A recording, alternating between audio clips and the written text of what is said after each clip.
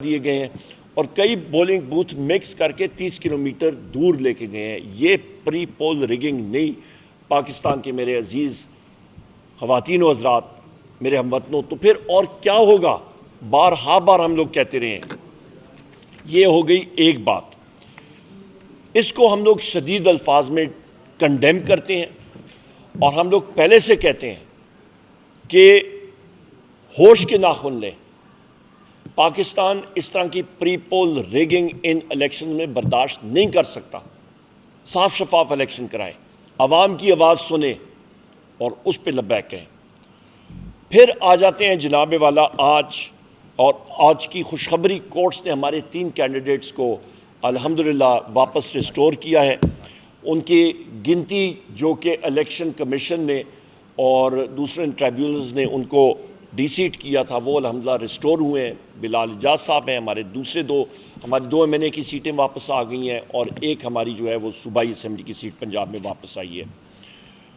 ابھی آتے ہیں خواتین حضرات مہنگائی کے حوالے سے۔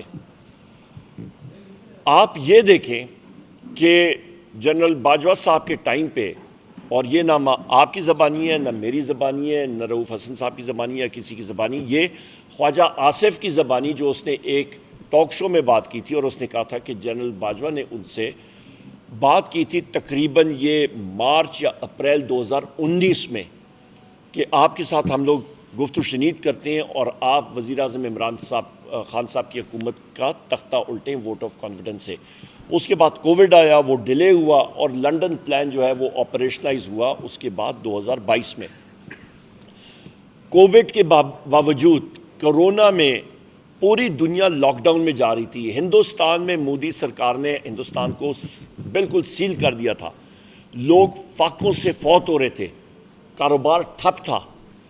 ایک شخص تھا جس نے کہا یہ میں نہیں ہونے دوں گا، اور اس کا نام ہے وزیر اعظم Imran Khan.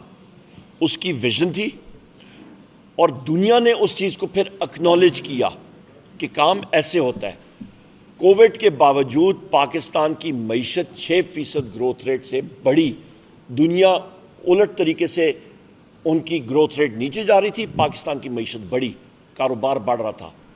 London plan execute ہوا اور آپ کا 11 اپریل 2022 کو ہماری حکومت گئی اور اس کے بعد آپ کی آ گئی جناب والا پی ڈی ایم کی حکومت۔ پی ڈی ایم کی حکومت آئی اور انہوں نے اس چیز کو مانا ان کے اپنے اکنامک سروس میں کہ 6% ہماری گروتھ ریٹ تھی، اور اس کے بعد جب ان کی حکومت کی کارکردگی آئی تو 6% گروتھ ریٹ سے بڑھتی ہوئی حکومت جو ہے معیشت، وہ درام سے انہوں نے گرا دی۔ جس طرح کوئی اناڑی ڈرائیور آپ اس کو سٹیئرنگ دے دیں پہاڑی علاقوں میں، اس نے تو کھائی میں ڈالنی ہوتی ہے۔ تو ڈار صاحب اس وقت وزیر خزانہ تھے، انہوں نے اس حکومت کو اٹھا کے تو کھائی میں ڈالا اور جناب والا اس معیشت کا بیڑا غرق کر دیا، اور منفی گروتھ ریٹ بالکل سکڑ کے رکھ دی معیشت کو۔ بے روزگاری بڑھنے لگی، اشیاء خورد و نوش کی قیمتیں بڑھنے لگیں، اشیاء خورد و نوش کی فوڈ انفلیشن جس کو کہتے ہیں وہ 45% تک پہنچ گئی، غلط پالیسیز کی وجہ سے، اور کوئی چیز نہیں۔ آئی ایم ایف والے اور دنیا سارے اپنے سر پکڑ کے بیٹھ گئے۔ پھر آ گئی اسی پی ڈی ایم حکومت کی ایکسٹینشن، کاکڑ سرکار نے کہا کہ جی ہم لوگ پیچھے کیوں رہیں اور ہم لوگ اپنا حصہ ڈالیں، اور وہ بھی ناجائز حکومتیں تھیں، وہ اپنی آئینی مدت سے زیادہ رہیں، الیکشنز ڈیلے کیا، اسی طرح صوبوں میں بھی انہوں نے کیا، وہ ساری کی ساری پی ڈی ایم کی ایکسٹینشن تھی۔ انہوں نے ماشاءاللہ اور بھی زیادہ معیشت کا بیڑا غرق کیا، اور ابھی جو یہ مطلب آپ سمجھیں کہ بیساکھیوں پہ فارم 47 کی 47 کی بیساکھیوں پہ آئی ہوئی حکومت ہے، حکومت کا چارج سنبھالتے ہی انہوں نے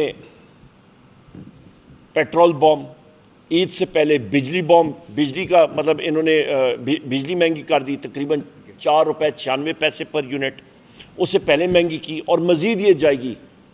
یہ کیلکولیشن کے مطابق خواتین و حضرات، میں نے آپ کو اس قوم کو آگاہ کیا تھا 1 سال پہلے کہ یہ 85 روپے یونٹ تک جائے گی بجلی۔ آپ اپنے آپ کو سنبھال لیں، یہ تقریباً 100 روپے کو ٹچ کرے گی۔ گیس کی قیمتیں اوگرا کی کیلکولیشنز دیکھ لیں، انہوں نے لکھا تھا کہ 300 سے 400% یعنی کہ 3 سے 4 گنا بڑھیں گی، بڑھا دی ہیں۔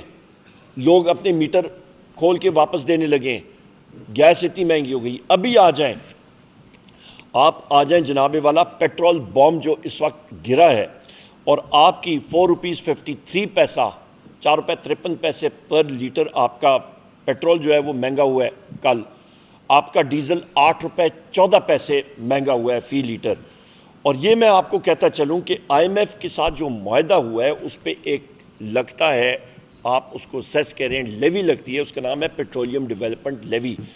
اس کا ٹارگٹ ہے تقریباً 870 ارب روپیہ, جو کہ انہوں نے اس حکومت نے سائن کر کے آئی ایم ایف کو دیا ہوا ہے.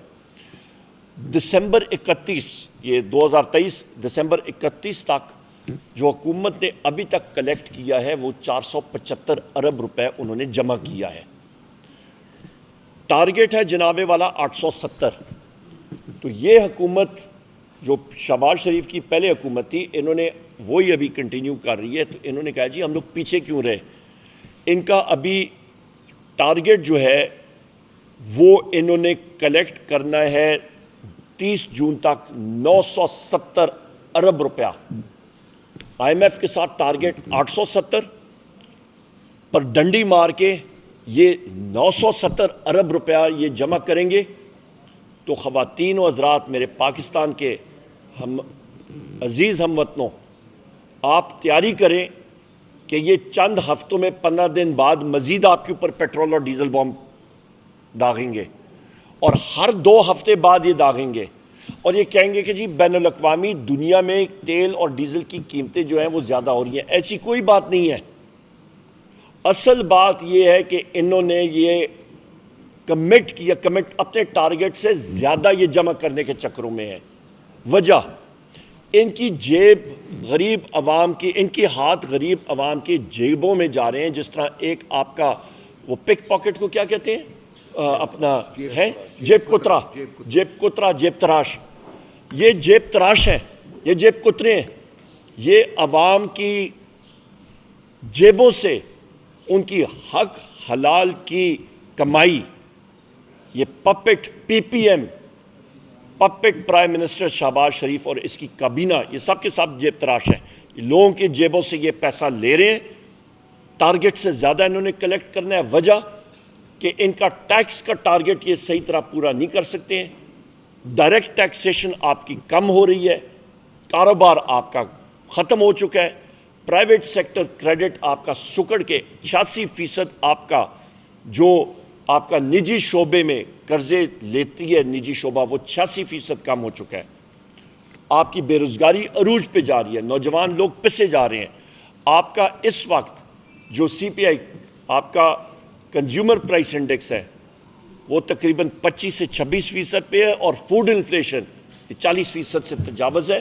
اور آپ مزید اپنے آپ کو اپنی جیبوں کا خیال رکھیں, کیونکہ یہ آپ کی فوڈ انفلیشن, اشیاء خورد و نوش کی چیزوں میں اور مزید اضافہ ہوگا. اس کے ساتھ ساتھ میں یہ کہتا چلوں کہ یہ فارم 47 کی بیساکھیوں والی حکومت, دوسری حکومت مریم نواز کی پنجاب میں, انہوں نے ماشاءاللہ بڑا سوچ سمجھ کے انہوں نے ایک ان کا خیال تھا کہ جی ہم لوگ کوئی نئی چیز نکالیں گے. 16 روپے کی